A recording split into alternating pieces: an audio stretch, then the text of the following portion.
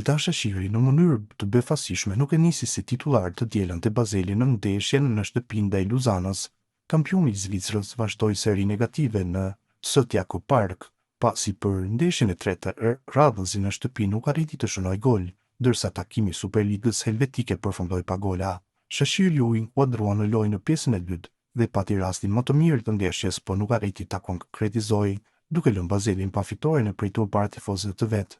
Trajneri i Bazelit, Ludovic Magnin, ka shpjeguar arsyen pse vendosi që kapiteni i skuadrës ta nisë nga stoli.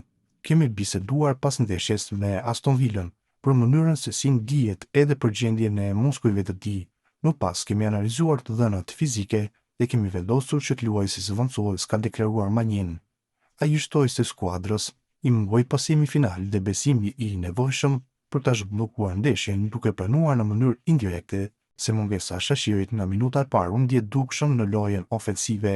Bazeli vazhdon të jetë shumë i varur nga forma e xhelta e Shaqirit, ndërsa çdo rënje e tij fizike apo mungesë në formacion reflektohet më njëherë në rezultat dhe kreativitetin e ekipit. Këtë edicion Bazeli zë vendin e 4 pas 17 xhirave me 28 pikë, 6 më pak se liderja aktual Thun.